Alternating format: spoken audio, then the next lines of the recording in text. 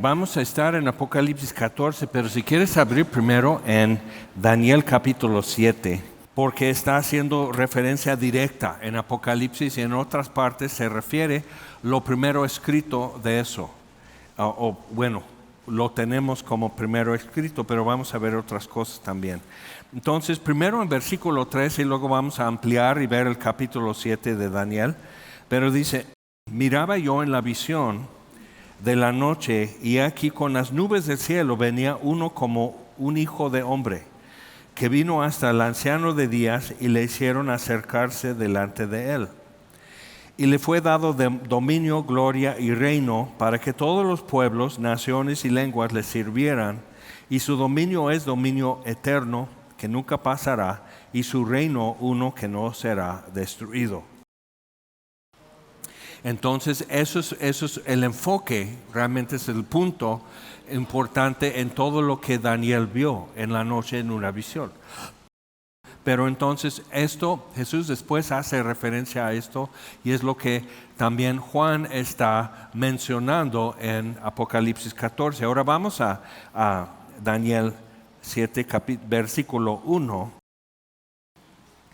En el primer año de Belsasar, rey de Babilonia, tuvo Daniel un sueño y visiones de su cabeza mientras estaba en su lecho. Luego escribió el sueño y relató lo principal del asunto. Daniel dijo, miraba yo en mi visión de noche y aquí que los 4 vientos del cielo combatían en el gran mar. Si te acuerdas en capítulo 13 de Apocalipsis vimos como que una gran bestia sale del mar y la turbulencia del mar. Pero vemos ahora los 4 vientos combatiendo en el mar. Y 4 bestias grandes, diferentes la una de la otra, subían del mar. Y la primera era como león y tenía alas de águila. Eso también es icónico del lo que era el imperio de Asiria que Babilonia lo superó. Y yo estaba mirando hasta que sus alas fueron arrancadas y que fue levantada del suelo, se puso enhiesta sobre los pies a manera de hombre y le fue dado corazón de hombre, que es una referencia directa a Nabucodonosor, como Dios lo humilló y después lo levantó. Y Belsasar parece su nieto. Y aquí otra segunda bestia, semejante a un oso, la cual se alzaba de un costado más que el otro, y tenía en su boca 3 costillas entre los dientes, y le fue dicho así, levántate, devora mucha carne. Entonces eso sería el imperio combinado de Persia y los medos. Entonces al unirse pudieron vencer y conquistar Babilonia. Entonces Persia abarcó mucho más territorio que Babilonia, entonces devora mucha carne, o sea, abarcar más, y por eso levantado un poco más alto de un lado. Entonces Persia era fuerte, pero al unirse Media con Persia, entonces era más tremendo lo que pudieron hacer, pero Persia era dominante. Entonces ves que Darío, el rey Darío de los medios, no en medios de comunicación, sino Media era el reino. Entonces, pero Ciro era de Persia. Entonces es importante ver cómo es eso en el esquema. Después de esto miré, versículo 6, y aquí otra, semejante a un leopardo, con 4 alas de ave en sus espaldas. Tenía también esta bestia 4 cabezas y le fue dado dominio.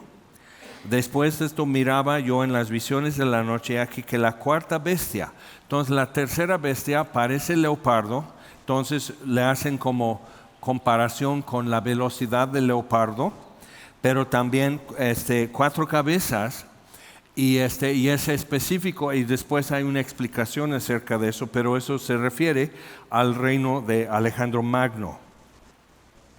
Versículo 7, después de esto miraba yo en las visiones de la noche, y aquí la 4ª bestia, espantosa y terrible y en gran manera fuerte, la cual tenía unos dientes grandes de hierro, devoraba y desmenuzaba, y las sobras hollaba con sus pies, y era muy diferente de todas las bestias que vi antes de ella.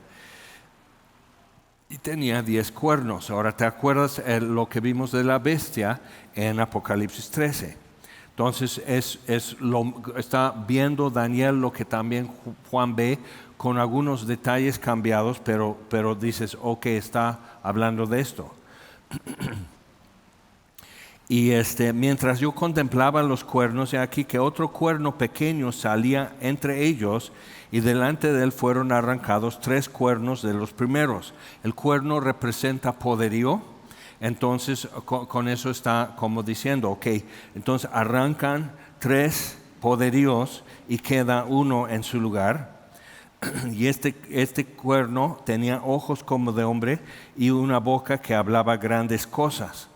Estuve mirando hasta que fueron puestos tronos, y se sentó un anciano de días, cuyo vestido era blanco como la nieve y el pelo de su cabeza como lana limpia, y su trono llama de fuego, y las ruedas del mismo fuego ardiente.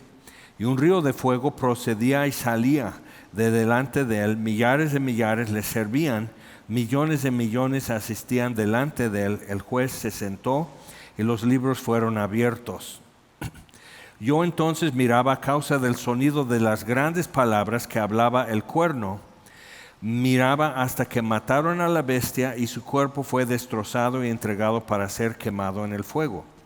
Habían también quitado a las otras bestias su dominio, pero les había sido prolongada la vida hasta cierto tiempo. Entonces, interesante cómo esto fue destruido. Es importante ver que probablemente es como combinación o dos lados de la misma moneda. La cuarta bestia, el Imperio Romano, es lo que conquistó todo después.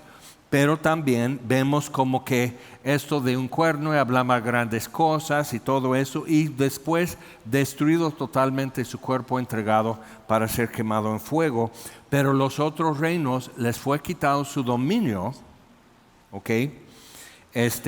Pero les había sido prolongado la vida hasta cierto tiempo. Y podemos ver lo que es antes el imperio de Persia, Media, lo que es antes Babilonia, Asiria, lo que absorbieron.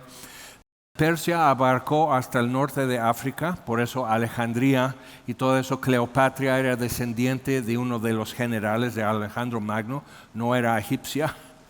Y entonces no caminaba así todo ese rollo, o sea, no es así.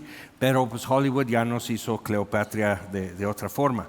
Entonces, viendo cómo todo eso, después Roma a conquistar el territorio de Grecia, el territorio de Alejandro Magno, por eso el norte de África era parte del Imperio Romano.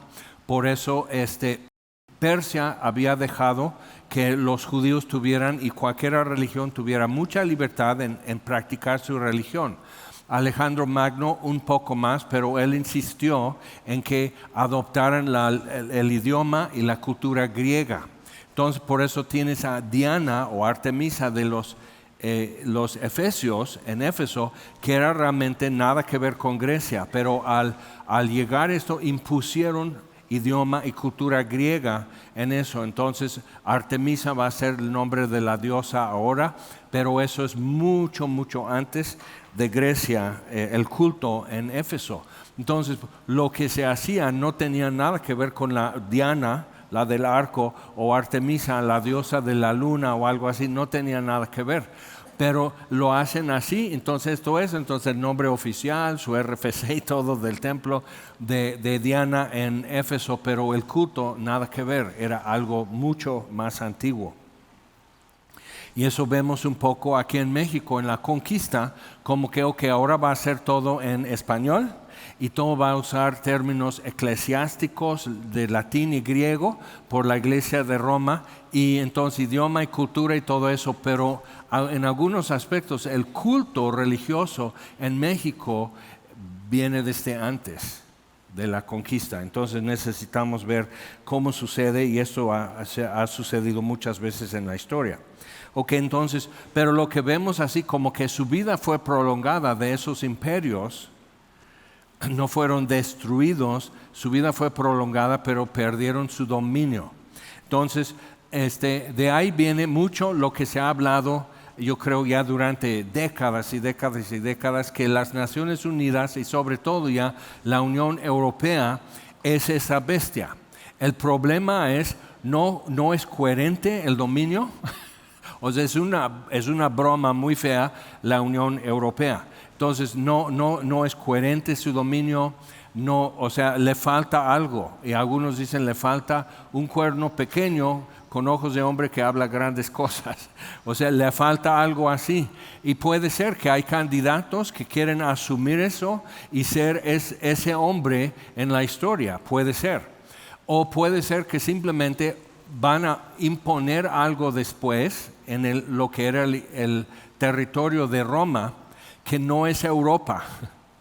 O sea, Europa, el norte de Europa era como margen de civilización romana. Realmente el latido, el pulso y todo romano era norte de África, Medio Oriente, llegando hasta Persia. Por eso Bizantio, o lo que después fue Constantinopla, o ahora es Estambul, eso fue cambiado para ser capital de Roma. Entonces necesitamos ver eso. Parte del problema es que muchos teólogos que han interpretado escatología, por ser anglosajones, quieren mover la fuente de los anglosajones, lo quieren mover más al centro del escenario. Inglaterra ya tiene mucho tiempo que no está en el centro del escenario. Entonces, cuando simplemente lo ves desde donde Daniel está sentado escribiendo eso después de la visión, entonces puedes decir realmente qué importa eso, que es el límite más allá. Llamaban Inglaterra tierra de perpetuo invierno, o sea, llegando de Italia, obviamente llegan a Inglaterra y dicen, ¿cómo soportan vivir esto? Y sin ropa, sin ropa, nomás se pintaban con pintura de cal y ponían tatuajes azules y listo. Entonces, ¿cómo hacen eso? En Irlanda, ni tomaron en cuenta Irlanda porque no valía la pena conquistar, tan salvajes. Entonces, cuando ves eso, dices, ok, eso no es tan así, pero la tendencia es siempre como querer vernos figurar más en los asuntos del plan de Dios, quizás tomar un papel más central de lo que corresponde.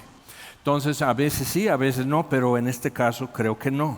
Entonces, lo que estamos viendo, lo que tendría que dominar, lo que dominaba Roma, es el norte de África, ¿ok? Egipto figura mucho en eso, pero entonces todo lo que es el Medio Oriente hasta Arabia Saudita, lo que es Irán, Persia, Irak, todo esto Turquía, ¿ok? Y Grecia y el sur de Europa.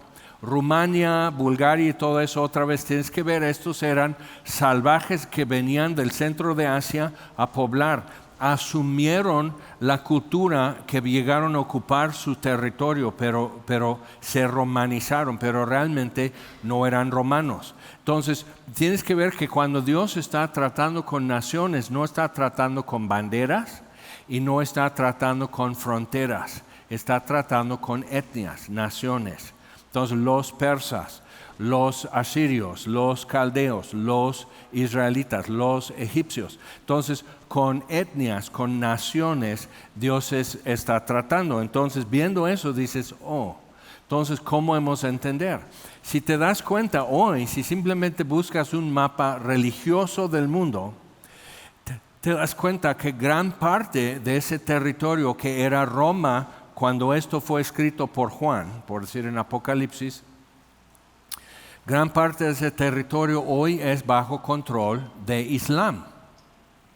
Entonces, algo va a tener que cambiar. O el mundo se vuelve muy islámico, que en cierta forma podría servir como cumplir otras cosas aquí, o el Islam empieza a fragmentarse más y más. Ya está fragmentado, pero ellos están buscando su ungido, el que Dios va a poner como el profeta final para el fin del mundo. Entonces, si esta persona es aceptado por los islámicos y él señala a que se pone como el Mesías de Israel, sí tendrías una combinación muy interesante. Y eso es muy importante, el al final es algo bastante diferente. Tenemos que ver eso, porque en un tiempo decían que Napoleón era el anticristo. ¿Cómo? Pues porque está conquistando todo y nada lo puede parar. Luego decían, por ejemplo, en Rusia, pues Stalin. Por eso insisten con la idea que Rusia va a invadir Israel, conforme a en el libro de Ezequiel. Pero ¿por qué tiene que ser Rusia sino realmente el territorio de las naciones que menciona? No está diciendo a cuántos kilómetros al norte, sino está diciendo vienen bajando del norte. Pero tienes que ver, pueden venir desde China y dan vuelta a la izquierda y ya bajan del norte. O sea, tienes que pensar estas cosas bien. Pero nosotros vemos un mapa que tiene dibujado fronteras, donde termina Dinamarca y empieza Noruega. Pero Dios está viendo etnias en lo que es de los vikingos y todo eso. Está viendo etnias. Entonces, naciones que han ido. Entonces, realmente los rusos de hoy que fundaron Moscú salieron de Dinamarca, que llegaron del centro de Asia, conquistaron ahí, destruyeron los pueblos que habitaban en las costas, luego algunos migraron y regresaron a lo que es ahora Moscú y junto al río fundaron una ciudad. Entonces, pero dicen, no, pues es Mesec, eso es Moscú. Y digo, o no es. Seamos honestos, o no es, o estamos muy equivocados. Entonces, viendo que en el tiempo, con el afán de querer entender estas cosas que luego son difíciles de entender, como que a veces de una vez estiramos algo y ya lo clavamos aquí. El problema es que ya lo quieras estirar para que alcance de este lado y no alcanza. Entonces igual, o sea, ¿quién te está diciendo que pongas grapas alrededor? Déjalo así. O sea, simplemente es la revelación de Jesucristo, no del anticristo o falso profeta o que va a hacer esto, o que es la bestia, así. Entonces, cuando lo vemos así, es mucho más descansado, es mucho más interesante y no tan de susto ver lo que está pasando cada día en el mundo. Ok, entonces, una razón por qué hago todo este rollo y este énfasis es porque empezó a ser doctrina de Roma de hace mucho tiempo que la iglesia reemplaza a Israel, ¿ok? Y era una la iglesia con muchas divisiones y disensiones y todo eso, pero era católica, era universal. Después, con la Reforma Protestante, los principales reformadores siguieron esa línea en cuanto a escatología, o sea que la iglesia reemplaza a Israel. Y tienen sus textos y todo esto, hasta Filipenses 3:3, que nosotros somos el verdadero Israel y todo eso. Y es interesante ver que era una reforma protestante, pero era parcial, porque también seguían con este bautismo de bebés, ¿ok? Para estar ya unidos al pacto, ¿ok?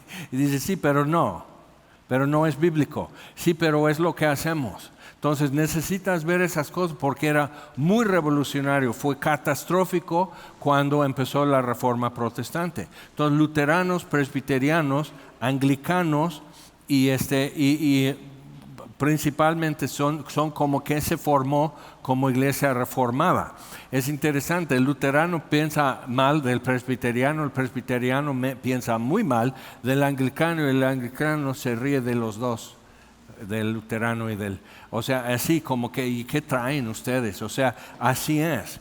Pero en su escatología seguían con la línea de Roma, que la iglesia reemplaza a Israel.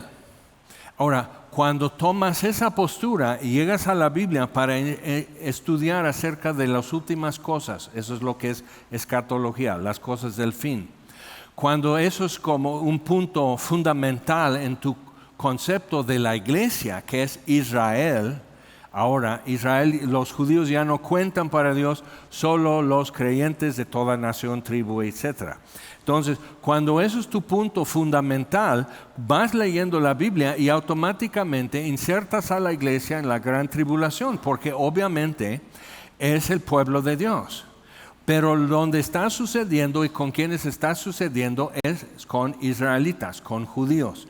Pero como que ya quitamos a Israel y pusimos a la iglesia en su lugar, así, y no sale la suma, pero a fuerza quiere seguir viendo así. Entonces, para hacer que estas cosas funcionen, empezamos a estirar o insertar contenido o a redefinir términos y así, que es una distorsión bíblica. Ahora, si simplemente decimos que eso fue una equivocación, así como fue una equivocación bautizar a bebés, por ejemplo, tener un sacerdocio, un clero, eso fue una equivocación. También en su escatología eso fue una equivocación. Entonces, así como se aferran a las demás cosas, igual no han actualizado su escatología, igual como su doctrina de bautismos, por ejemplo.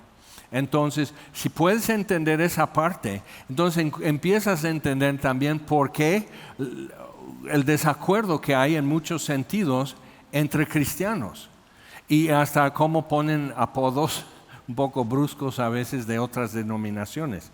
Entonces, viendo así, necesitamos ver, otra cosa, simplemente lo comento de paso, que esos tres movimientos iniciales de la Reforma Protestante, al formarse como instituciones, están en apostasía hoy.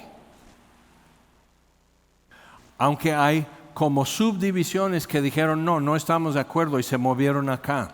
Y siempre lo que los define a estos que no están en apostasía, y podemos hablar de eso largamente, pero que al decir no estamos de acuerdo, siempre están poniendo el enfoque otra vez en el Evangelio.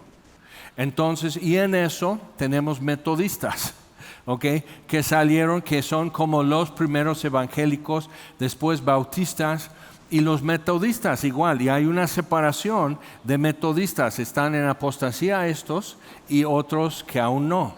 Entonces, bautistas y todo lo demás que podemos llamar hoy como evangélicos, que es como el distintivo, es predicar el evangelio y basar tu concepto y tu acceso y todo eso con Dios y todo en el evangelio, no en un sacramento como haber sido bautizado, o no en la figura o el nombre de alguien, Lutero, por decir, o en un estilo de gobierno como presbiteriano y todo eso, sino en el Evangelio que es de Cristo. Entonces, si podemos entender esa parte, te ayuda un poco y dices, ok, pero ¿qué tiene que ver con esta cuarta bestia y el que viene en una nube y todo eso? Ok. Por eso, esto es algo que es humano, porque los mismos judíos ya tenían errores en su escatología en los tiempos de Jesús. Entre muchos otros errores que los rabinos y todo eso. Entonces, cuando escuchas que dicen, bueno, el Talmud dice, cuidado con eso, porque el Talmud es como un foro rabínico que ni siquiera es canonizado, pero diferentes grupos de judíos como que invocan o se afilian más con ciertos rabinos, y algunos son recientes y otros son de hace 600 años o más. ¿Okay? Y básicamente eso empezó a ser como un cuerpo doctrinal, un cuerpo de comentario a partir de la dispersión cuando Jerusalén fue destruida en el año 70. Entonces, los fariseos y escribas, el sacerdocio ya dejó de existir porque no hay templo, no hay altar. Entonces, los fariseos y los escribas, y si te acuerdas en los evangelios que no eran muy fans de Jesús, ni él de ellos. Entonces, viéndolo así, o sea, los escribas y fariseos empezaron a organizar para mantener su identidad en su dispersión, y lo lograron. Nada más que la identidad también evolucionó. ¿Okay? Entonces sí tenemos que entender esa parte. A veces decimos, o sea, tú vas a visitar a Israel y piensas, aquí van a estar, todo el mundo es salvo, porque están en la tierra prometida, están viendo el cumplimiento de las profecías, están viendo la fidelidad de Dios, o sea, ¿cómo puede ser? Y no, nada. Pero igual, o sea, ¿cuántos de ustedes se pueden considerar como cuna cristiana? Es una bendición, es un gran patrimonio. Y dices, es un yugo insoportable. Bueno, también. Dos cosas pueden ser verdades, ¿ok? Entonces es importante ver esa parte de que es cierto lo que Dios está haciendo y ha hecho con el pueblo de Israel. Y por eso, cuando eso empezó a ser tema, a mediados del siglo XIX, empezó a ser tema otra vez en la iglesia, que Dios no ha terminado con Israel. Lo puedes leer en Romanos 9, 10, 11. Puedes leer eso en tu Biblia, que Dios no ha terminado con Israel. Pero como la postura oficial no la reformaron los reformadores, por eso cuando yo soy reformed, digo, eres un fantasioso, pero lo eres. O sea, eres un fantasioso, porque nomás estás poniendo una etiqueta que no es de jactarse. Porque un lema de la reformación es siempre reformando, y lo dejaron de hacer, lo dejaron a medias. Entonces necesitamos tomar en cuenta eso, decir sí, que luego estamos ocupados, luego hay una guerra civil en nuestro país. Eso es la historia de Europa en la reforma, y como que pues se interrumpió la reforma a veces. Luego se institucionalizó, y al formar una institución ya es muy difícil hacer cambios. ¿Ok? Bueno, entonces, ¿hasta ahí vamos bien o ya estás de todo ya sacado de onda? Entonces, cuando vemos todo eso, tenemos que entender que cuando después de casi 100 años de hablar de eso, que Dios no ha terminado con Israel, y después de la Segunda Guerra Mundial, lucharon, o sea, Naciones Unidas se formó, uno de los primeros casos en su agenda de decidir qué hacer con los judíos, si Palestina, que era simplemente una zona de control de los ingleses, ¿okay?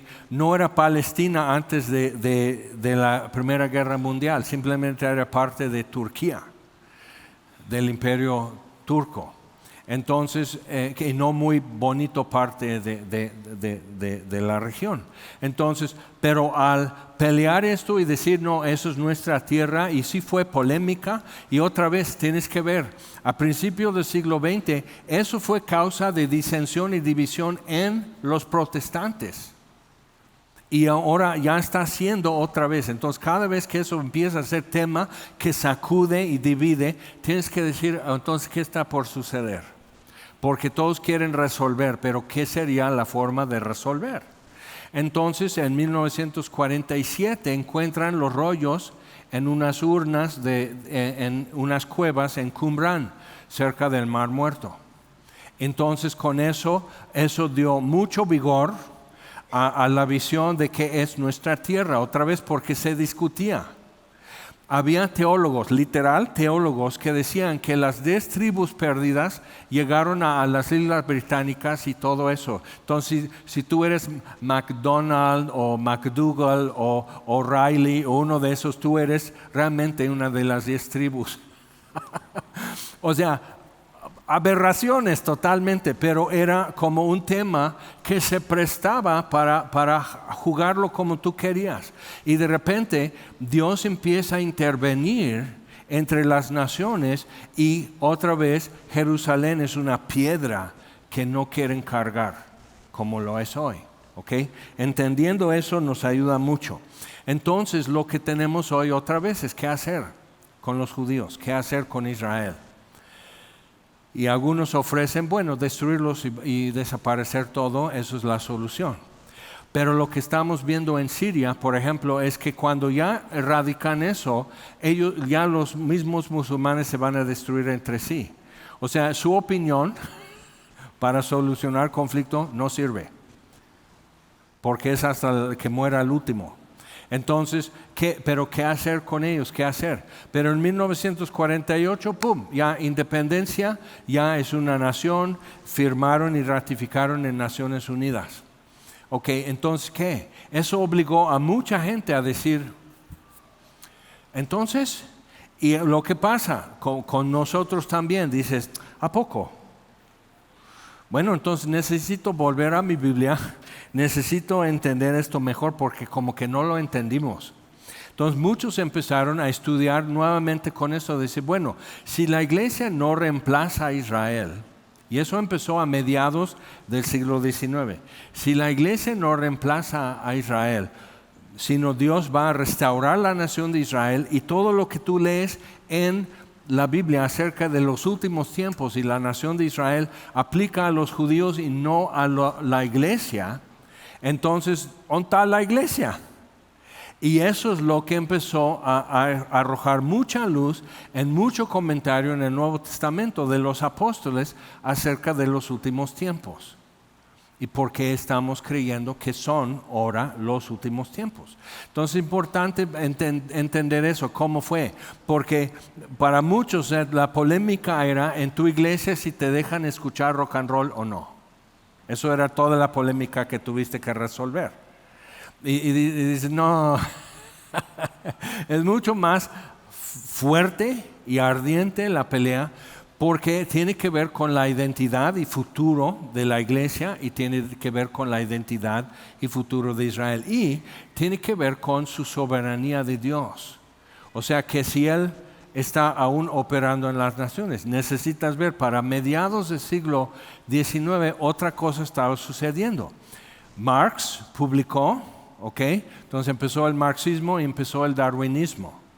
Entonces empezó el movimiento de mejorar la raza, que dio su fruto majestuoso en Alemania con Hitler, y eliminar todas las razas inferiores y demás, y dejar puros güeros,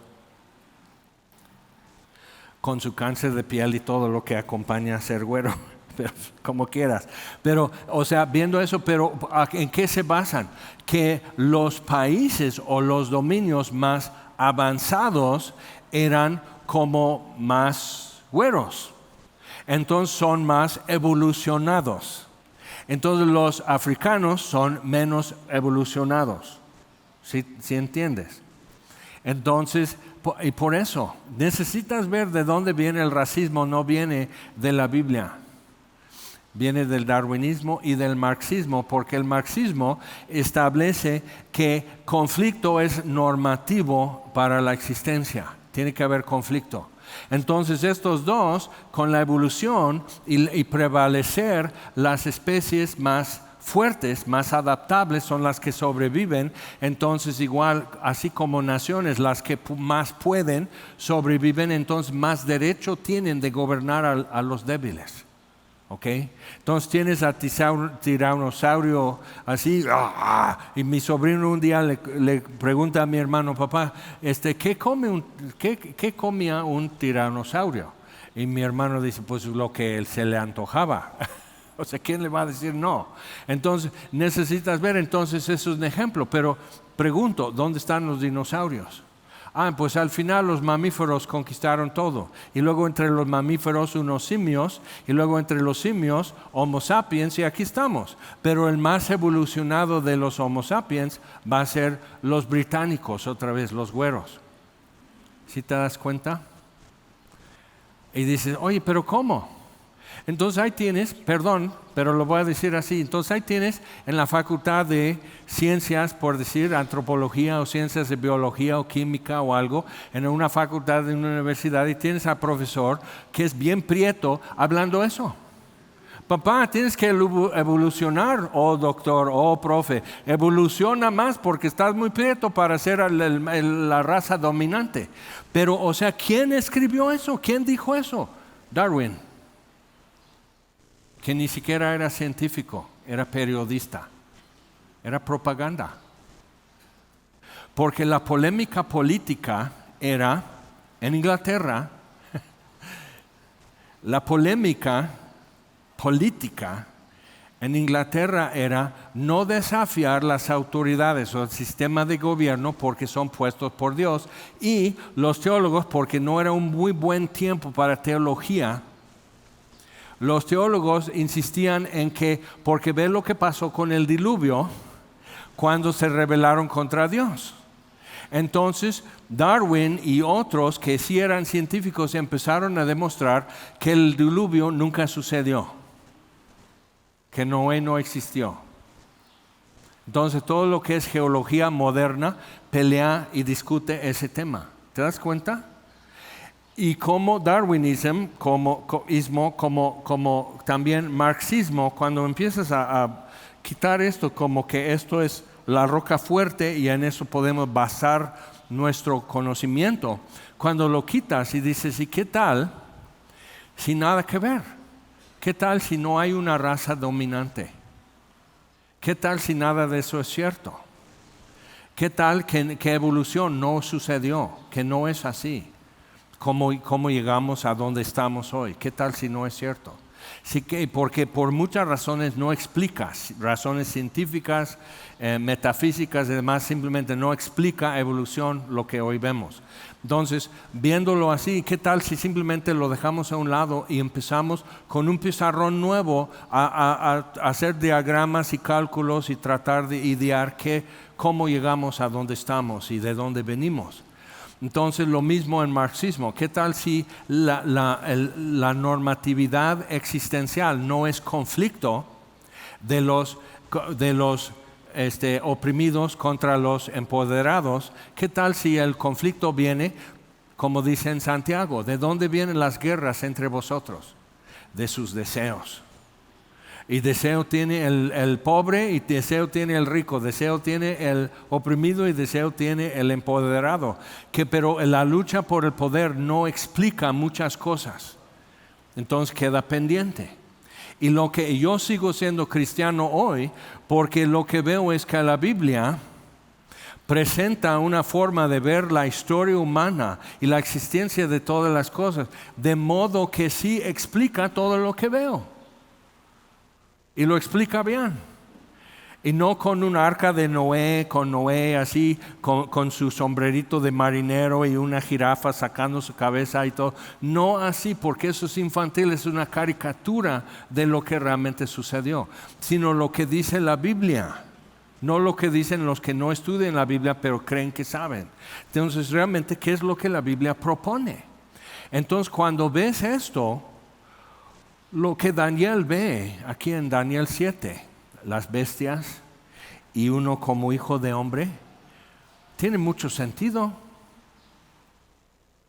Que realmente el conflicto que existe no es principalmente humano y la solución no es humana y el origen de las cosas no es por evolución, sino porque Dios habló y fue. Entonces, si Dios se limita en cómo interviene, nos hace preguntar por qué Dios no controla absolutamente cada cosa que sucede. ¿Por qué nos deja libertad para decidir si creo o no? ¿Y cuándo? ¿Y cómo?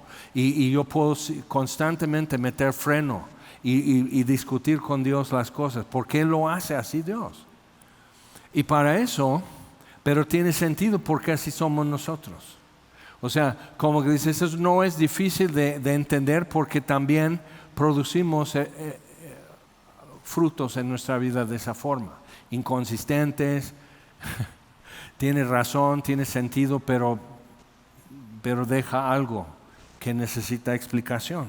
Y finalmente, lo que el ser humano necesita no es un cuerpo doctrinal o una institución como la iglesia oficial o algo así, sino una persona.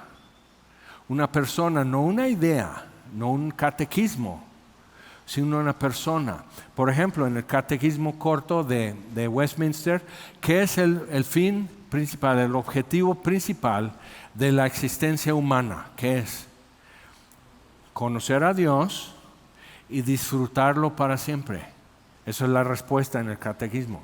Dice, ok, conocer a Dios y disfrutarle para siempre. Ok, pero entonces ahí empezamos con las discusiones.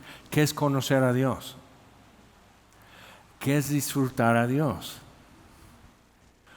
Y cuando podemos desenredar esa cosa y ser fieles a lo que hemos entendido, lo que tienes es un cristiano. Pero aún así con el catequismo vas a tener que decir, y conocer a Dios, pero ¿quién es Dios? Y en qué forma el hombre puede conocerle y saber que lo está conociendo. Y en qué forma, si conozco a Dios, en qué forma puedo decir si lo estoy disfrutando. Porque el diablo lo conoce y no lo disfruta. ¿Sí me explico? Entonces dices, caray. Sí, pues, bienvenido a Semilla Cuernavaca, así es, dolor de cabeza todos los domingos. Ahora vamos a versículo 1. Pero eso para que ya no discuta lo que estamos viendo aquí en Daniel. Dice, ay no, eso está escrito en blanco y negro. Mucho más fácil. Entonces él está viendo eso, ve las bestias, ve todo esto y llega a ese punto otra vez en que la cuarta bestia es destruida, pero primero viene uno a quien le es dado todos los dominios. Entonces ve lo que ve de la primera, segunda, tercera y cuarta bestia, pero luego ve un quinto reino, pero otra vez no es una frontera, una constitución, un himno nacional, etcétera, sino es una persona lo que Daniel ve. Pero ¿qué es lo que vimos en Apocalipsis?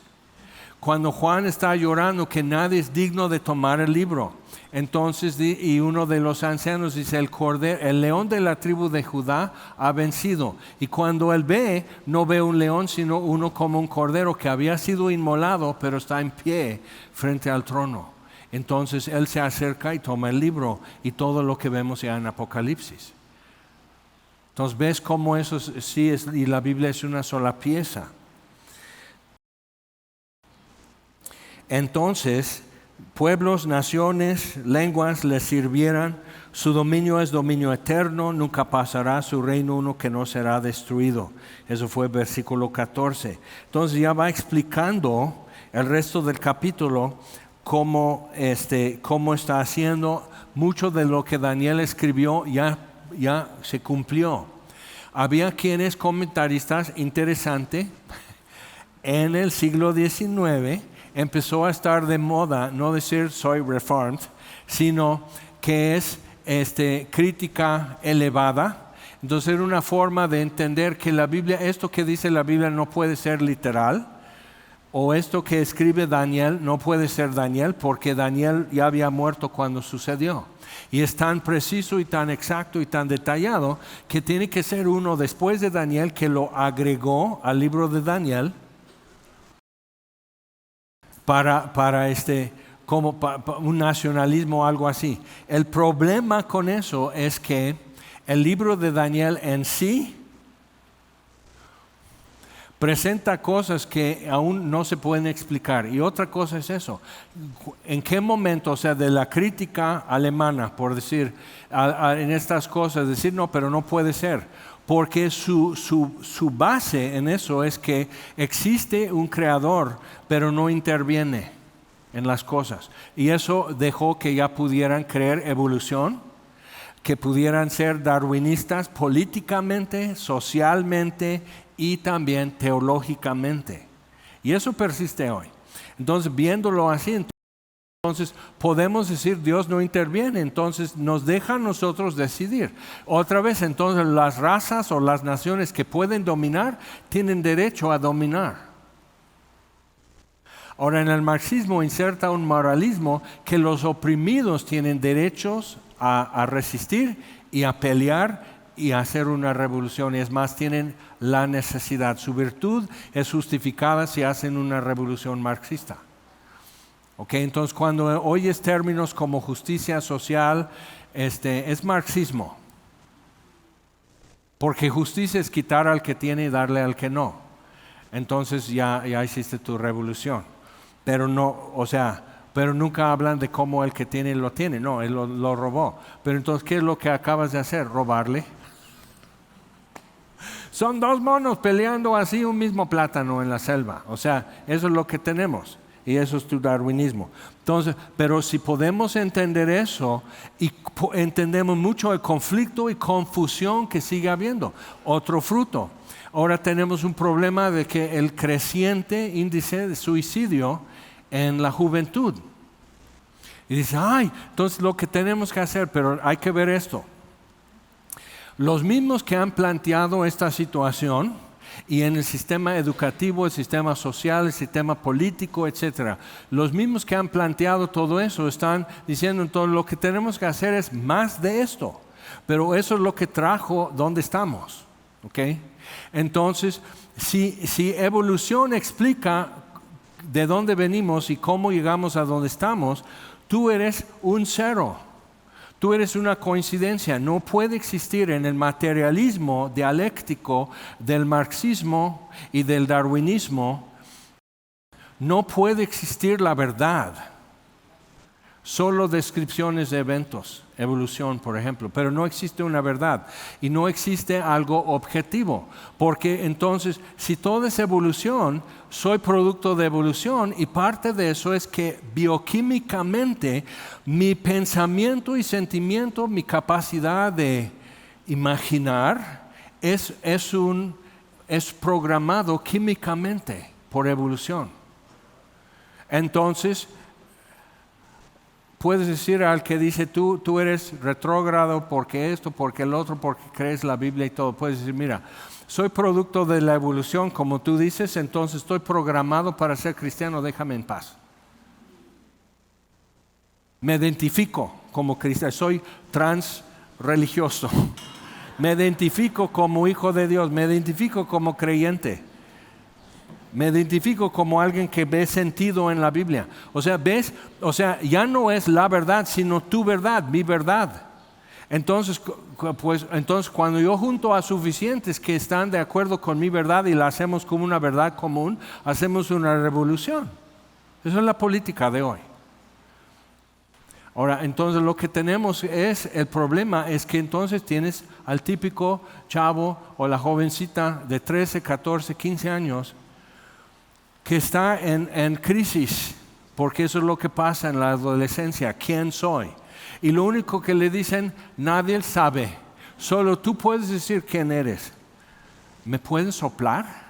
O sea, ¿alguna pista? No, tú tienes que decir quién eres. Y luego todo el peso de tu decisión, tú lo llevas. Y nadie soporta eso. Entonces necesitamos con un poco más confianza poder decir, fuiste hecho por Dios a su imagen y semejanza. Ahora, no le culpes a Él porque te salen granos. ¿Okay? O sea, antes de todo eso, simplemente, o sea, es misterioso eso. No. Pero si Él se ha puesto en contacto con nosotros, no nos arrojó al universo, sino está en contacto con nosotros. ¿No te interesa estar en contacto con Él? Y si hay un problema que cortó la comunicación y Dios ofrece reconciliación, la forma de restaurar comunicación, ¿te interesa saber? Entonces ya la conversación es muy diferente. Y por eso los jóvenes de hoy están rebelándose contra una imposición de valores, pero valores antes de robarlo a los humanistas, valores simplemente era algo que usaban los pintores. Entonces tienes a Leonardo da Vinci, está dando más valor a una pintura, le está poniendo más rojo, entonces está aumentando el valor rojo, es relativo. ¿Cuánto rojo le pones a esto para pintar una sandía? No pones puro rojo porque así no es la sandía, pero ¿cuánto le pones para dar con el color? Entonces, ¿cuánto valor de blanco, cuánto valor de rojo? Y de luego otro color, tú dices, ¿a poco eso está en la sandía? No, pero está en tu ojo cuando miras el cuadro y dices, eso es una sandía. Entonces es relativo. Pero cuando ya lo aplicas a algo existencial, ¿quién soy? ¿Por qué estoy aquí? Es relativo.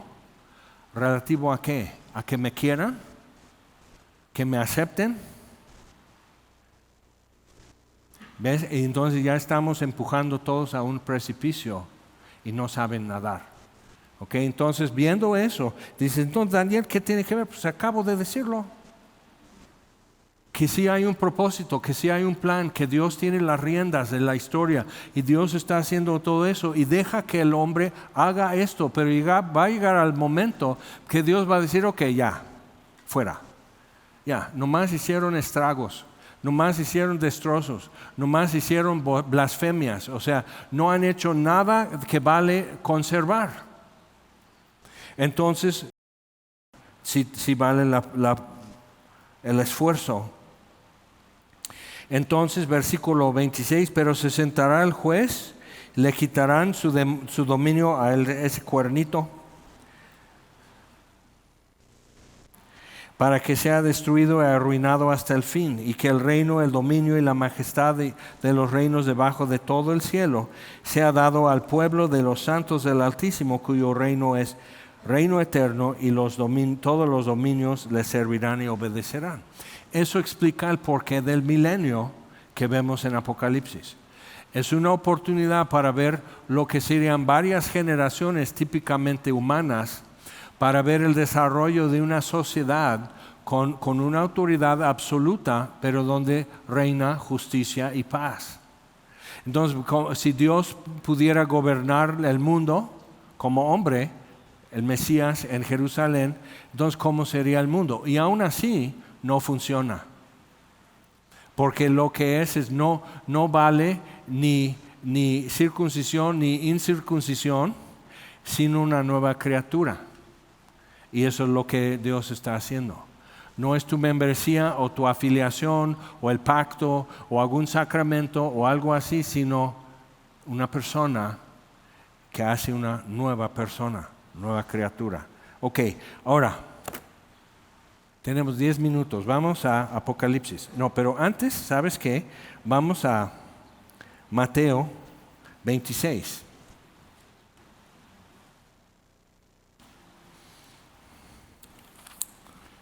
Y entendemos por qué se enojan cuando están interrogando a Jesús. Mateo 26, versículo 57. ¿Y por qué reaccionan tan fuerte? Es porque está citando directamente del libro de Daniel, Jesús. Y los saduceos, que eran principalmente los sacerdotes, los saduceos no aceptaban como canon bíblico el libro de Daniel. ¿Por qué? Porque pone fin a todo. Entonces la única razón que existe un levita o un sacerdote para los tiempos de Jesús, esa es su mentalidad, la única razón de existir es ser sacerdote, oficiar. Entonces lo que hay que hacer es que el oficio sea permanente, y para eso el mundo tiene que seguir como va. Entonces no creían en la resurrección porque esto es su mejor vida. ¿Okay? Y dice, ¿a poco? Pues, muchos cristianos están con la misma idea, que esta tiene que ser tu mejor vida. Y te vas a morir, ya estás muriendo. Pero tienes que vivir ahora tu mejor vida. Y dice, si te da tiempo, si te da tiempo. Entonces, los que prendieron a Jesús, versículo 57, le llevaron al sumo sacerdote Caifás, a donde estaban reunidos los escribas y los ancianos. Mas Pedro le seguía de lejos. Ojo, es la peor forma de seguir a Jesús. Pedro le seguía de lejos hasta el patio del sumo sacerdote, y entrando se sentó con los alguaciles para ver el fin. Otra cosa, no te sientas, no tratas de estar de colado entre los que acaban de golpear a Jesús. No es un lugar seguro. Y no pasas desapercibido. Y los principales sacerdotes y los ancianos y todo el concilio buscaban falso testimonio contra Jesús para entregarle a la muerte, y no lo hallaron, aunque muchos testigos falsos se presentaban. Pero al fin vinieron 2 testigos falsos que dijeron, este dijo, puedo derribar el templo de Dios y en 3 días resucitarlo. Ahora, eso no es palabra de un criminal, ni siquiera de un falso profeta, simplemente es como habla un loco. Porque dicen, ¿cuántos años tardó para hacer el templo y tú lo derribas y en 3 días lo levantas, y en mi vida no han podido terminar y bla, bla, bla, bla? Entonces, ¿pero con eso lo condenan a muerte? O sea, eso es su nivel de desesperación, que aunque sea con esto, 2 que digan la misma versión de algo que es absurdo, porque testimonio acerca de esto, que el otro, que además que sanó a un paralítico en el día de reposo o algo, y eso es para condenarle a muerte, no hallaron.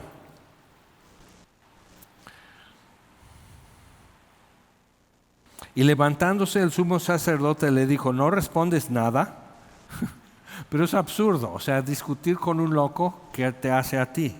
Otro loco. Entonces, no responde.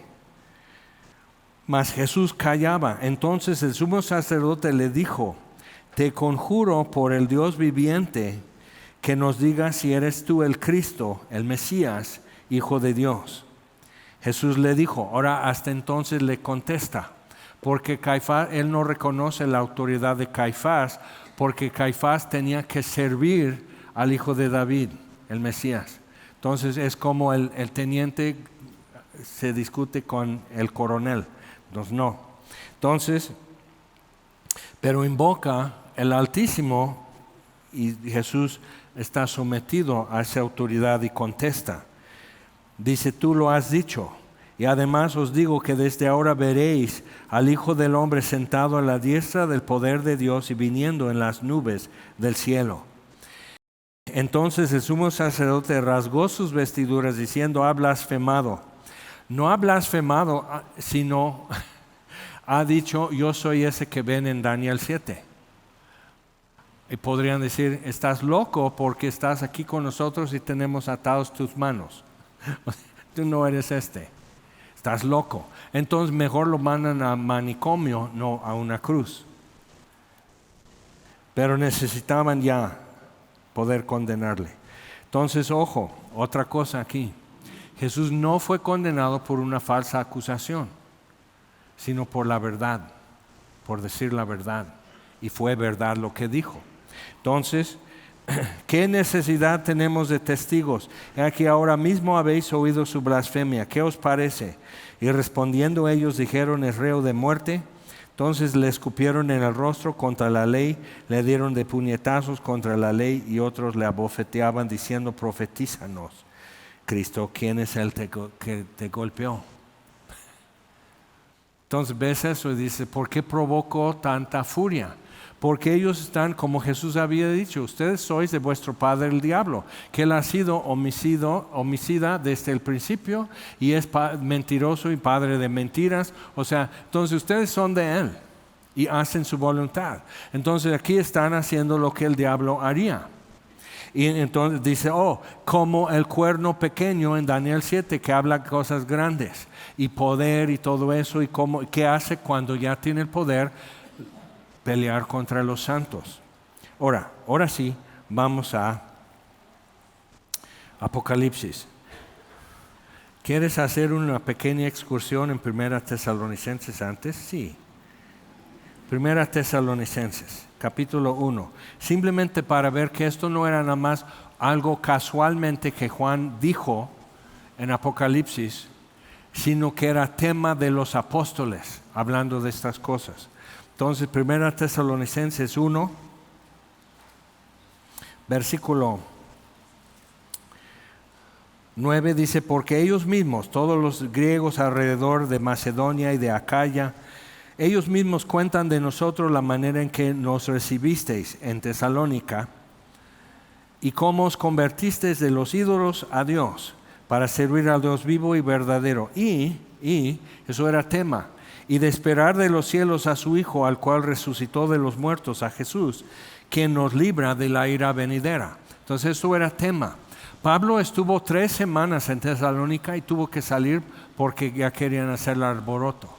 3 semanas y eso era tema porque él no les está diciendo algo nuevo, sino recalcando lo que ya les había enseñado. Entonces, si tienes 3 semanas para reunirte, aunque sea diario, con los de Tesalónica que quieren entender y creer mejor estas cosas, tienes 20 días para estar diciendo cosas. Tus temas, ¿qué van a hacer? ¿Ok? Convertir de ídolos. ¿Qué pasa con el poder que hay en el mundo? Y Cristo viene. Entonces pasamos a capítulo 4 de 1 Tesalonicenses, versículo 13. Dice, tampoco queremos, hermanos, que ignoréis acerca de los que duermen, que no son los que llegan aquí y yo los arrullo y ya quedan dormidos, sino los creyentes que se han muerto, Dice, para que no os entristezcáis como los otros que no tienen esperanza. Entonces, que un cristiano muera, no es, si te pones triste, algunos dicen, no tienes que llorar, ni te permiten llorar. Digo, ay, ¿por qué abusan? Entonces, no, que no te entristezcas como los que no tienen esperanza, sino es una tristeza que tiene una dulzura en eso, porque hay una esperanza, hay una expectativa. Entonces, dice, porque si creemos que Jesús murió y resucitó, así también traerá Dios con Jesús a los que durmieron en Él. Y hay mucho de eso en 1 Corintios 15, que Pablo habla, que realmente está corrigiendo un error diferente en los Corintios, pero por eso lo dejamos. Por lo cual os decimos esto en palabra del Señor, o sea, es palabra fiel y digna de ser recibida, que nosotros los que vivimos, que habremos quedado hasta la venida del Señor, no precederemos a los que durmieron.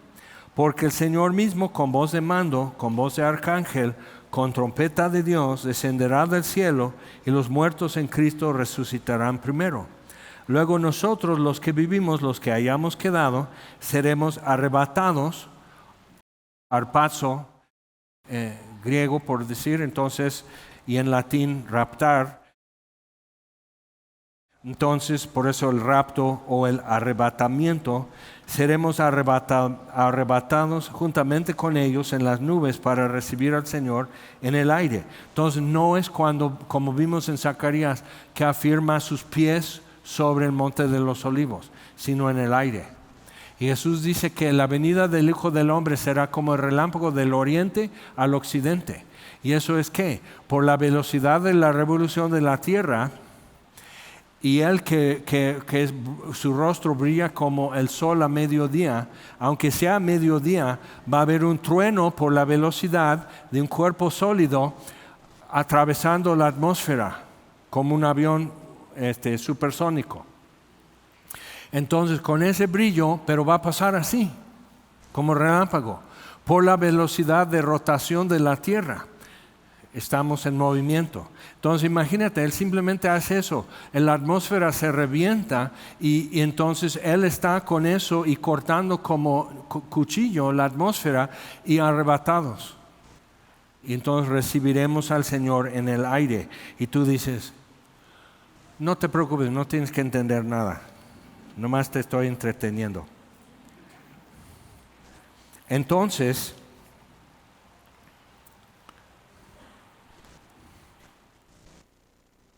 los muertos en Cristo resucitarán primero, luego nosotros que vivimos. Entonces, ellos primero. Entonces, yo he visto en los 70 hicieron como un cuadro y lo comprabas como póster en las librerías cristianas, que era como el rapto. Entonces, ves una autopista y aquí hay un panteón, entonces están saliendo como, no sé, viernes 13, pero saliendo, ¡pum!, resucitados en el panteón, coches chocando, así reventándose el toldo de su coche, así todo eso, aviones estrellando y todo. Y digo, éramos muy simples en los 70 y eso nos entretenía mucho pensar en eso, pero piensa, o sea, ¿qué sería? ¿Qué sería? Así, ¡pah!, ¿qué fue eso? Y de repente, nadie está aquí, ¿de acuerdo? Nadie se va a quedar. ¿De acuerdo? Conste. Entonces, o sea,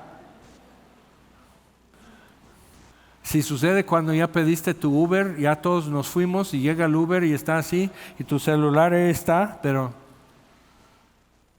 o sea, ¿cómo será? Y sabes que no está mal tratar de entender cómo será esto. ¿Por qué? Porque empiezas a no estar tan aferrado a cosas que finalmente se disuelven en tus manos. Y dice, luego nosotros que vivimos, que los que hayamos quedado, seremos arrebatados juntamente con ellos en las nubes para recibir al Señor en el aire, y así estaremos siempre con el Señor. Por tanto, alentaos los unos a los otros con estas palabras. Entonces, algo que es importante en eso es que si yo estoy pensando en esto, porque leo así en la Biblia, esto fue escrito hace 2000 años por Pablo. Okay. Entonces, ¿por qué lo escribe si no importaba? O sea, ellos no iban a ser arrebatados al cielo, iban a ser perseguidos, quizás quitaban la persecución, quizás cambiaba la política, iban a vivir sus vidas y a lo mejor morir de cólera o de tifoidea o de en una guerra o algo así, pero no iba a ser, el fin para ellos no iba a ser el rapto. Ok, entonces, pero ¿por qué lo escribe? ¿Por qué lo pone tan presente para ellos? Porque era un tema tan presente y tan actual y tan importante para decir en los primeros 20 días de un nuevo creyente. ¿Ok? Ahora vamos a 2 Tesalonicenses. 1 Tesalonicenses 5. Dice, pero, versículo 1, pero acerca de los tiempos y las ocasiones no tenéis necesidad, hermanos, de que os escriba. Porque vosotros sabéis perfectamente que el día del Señor vendrá así como el ladrón en la noche. Y dices, ay, pero el problema que tenemos es que ponemos como ladrón en la noche con el arrebatamiento, lo mismo. Pero cuidado, que cuando digan paz y seguridad, entonces vendrá sobre ellos destrucción repentina. Eso ya estamos viendo en Apocalipsis, ¿ok? Todo está eso, pero hay destrucción y viene de fuera del planeta Tierra esto.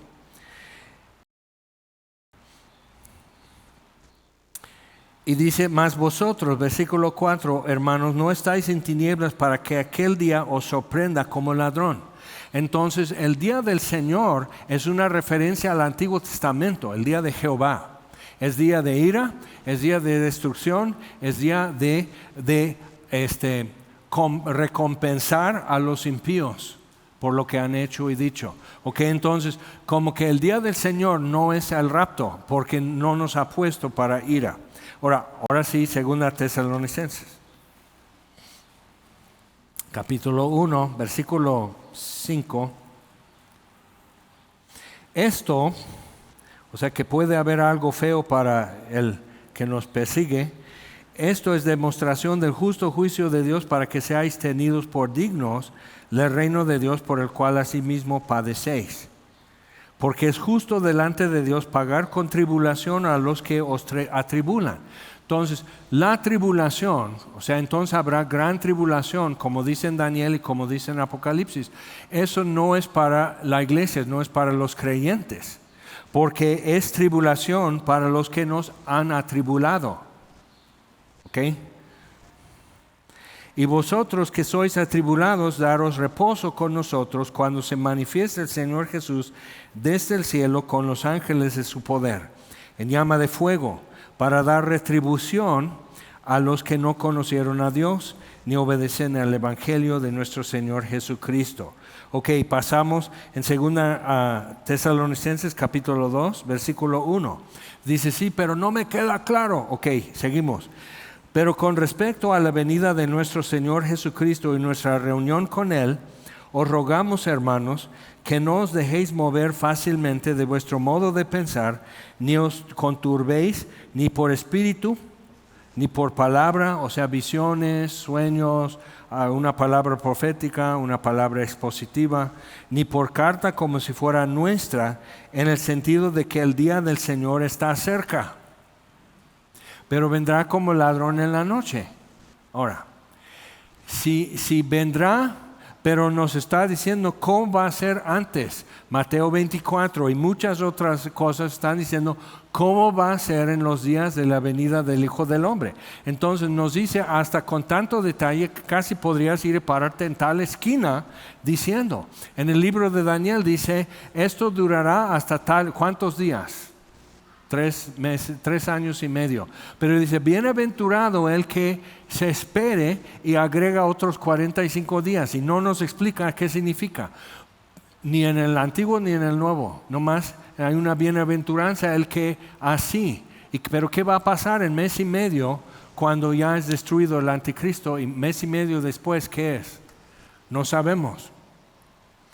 Pero el que lo llegue a vivir va a decir, ay no, qué bueno que estuve aquí. Pero entonces,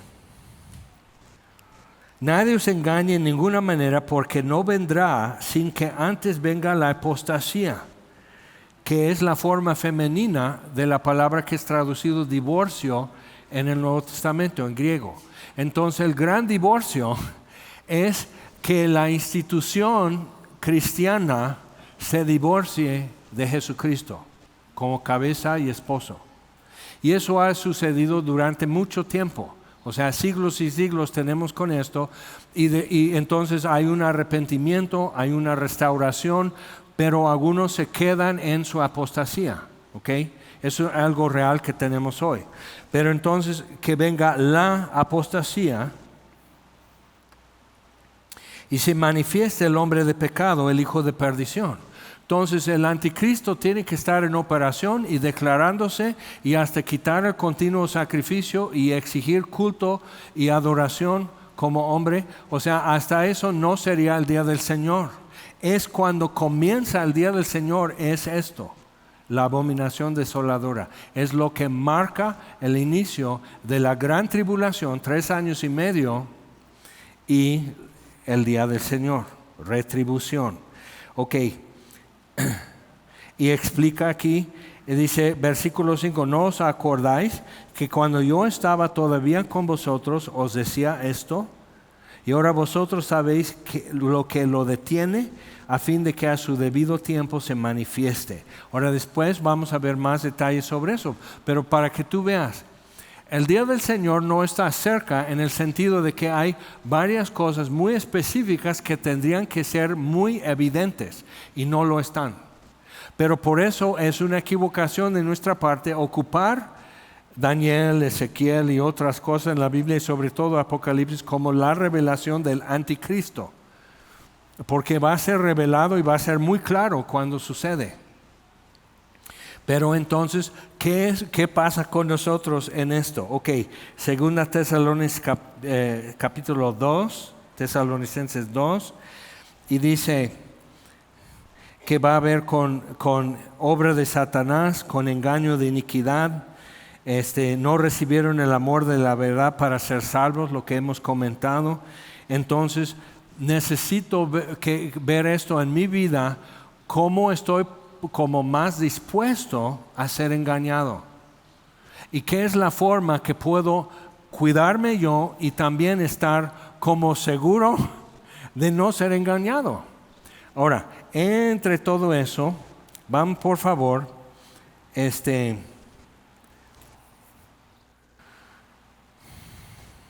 ahora Marcos, capítulo 13. Se dice mucho en los evangelios, en los pasajes paralelos de Jesús hablando de los últimos tiempos. Comienza cuando ellos maravillados, Él cierra su ministerio público, sentencia y condena a los escribas y se va del templo. Entonces los discípulos están un poco incómodos, entonces quieren como llamar su atención al templo, como si eso fuera algo más permanente, y es cuando no, el templo va a ser destruido. Entonces, capítulo 13 de Marcos va dando un resumen, más detallado en Mateo, pero un resumen.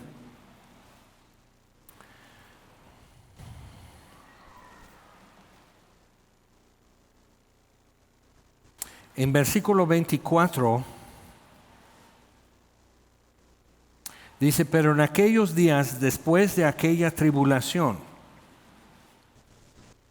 el sol se oscurecerá y la luna no dará su resplandor y las estrellas caerán del cielo y las potencias que están en los cielos serán conmovidas. Entonces verán al Hijo del Hombre que vendrá en las nubes con gran poder y gloria. Otra referencia a Daniel 7. Entonces enviará sus ángeles. Y ese problema, si tu base ante todo de la iglesia es que la iglesia reemplaza a Israel, cuando llegas a la escatología, como Jesús hablando de los últimos tiempos, entonces dices, ay, porque dice, enviará sus ángeles y juntará a sus escogidos de los 4 vientos, desde el extremo de la tierra hasta el extremo del cielo. Bueno, entonces, ¿dónde está el rapto? ¿O ese es el rapto? Es importante ver eso. pero es después que el sol se pone como negro como silicio, la luna no dará su resplandor, estrellas caen del cielo. O sea, es después de la tribulación. Por eso hay una doctrina acerca del rapto, sí ocurre, pero después de la tribulación. Porque no podían negar que sí seremos arrebatados. El problema otra vez nace no en cómo lees Apocalipsis o algo así, sino en cómo entiendes la iglesia de todas naciones y lenguas y tribus, y que no reemplaza a Israel, sino seguimos siendo gentiles, no somos Israel. Entonces, cuando puedes ver eso como distintivo y que eso permanece y que Dios aún va a hacer algo y tiene cosas que cumplir con la nación de Israel, pero las naciones están todavía oyendo el Evangelio. Entonces, los 144 son sus escogidos. Eso solo habla de judíos en Apocalipsis, escogidos, y también los santos. Siempre es una referencia en Daniel y en Apocalipsis. Entonces tienes que entender, usar el mismo léxico, misma definición de Daniel de qué es un santo, como en Apocalipsis. Entonces, aunque Pablo dice a los efesios santos y fieles, Juan está usando como maqueta el libro de Daniel en cuanto a terminología. Entonces, cuando ves eso y puedes entenderlo así, dices, ok, entonces recoge a sus escogidos de los cuatro vientos. Ahora, ¿te acuerdas? Vimos esto en la visión de Daniel, que los cuatro vientos están combatiendo con el mar y salen bestias del mar. Apocalipsis 13, estuve parado a la orilla del mar y salió una bestia del mar. Pero cuando sellaron en los 7 sellos a una pausa, entonces sellar a los 144,000, 12,000 de cada tribu de Israel. Entonces sellar a estos, y después ya los vemos en Apocalipsis 14 en el monte Sión con el Cordero, y no falta nadie, por eso fueron sellados. Entonces los recogerá en ese momento. Y eso es cuando Él afirma sus pies en el monte de los olivos, va marchando y pasa la barranca y entra en Jerusalén, y está Juan viendo el Cordero y los 144 en el monte Sión, ya en Jerusalén. Entonces cuando ves eso dices, ok. Pero ves, si entiendes, allá los judíos, allá el pueblo de Israel, acá todas las naciones y tribus y lenguas, los gentiles, que es naciones, es lo que significa.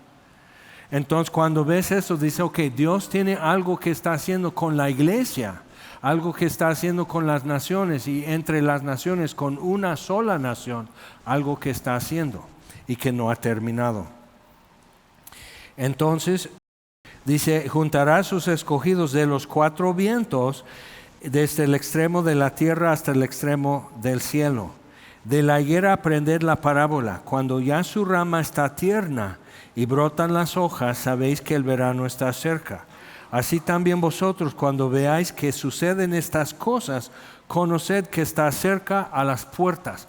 ¿Qué cosas? Las que acaba de describir aquí en Marcos 13. Y cada vez que lo dice Mateo también, es esto, habla de estas cosas específicas. El día del Señor está cerca, pero nosotros no estamos esperando el día del Señor, sino el día de Cristo, cuando estamos delante de Él.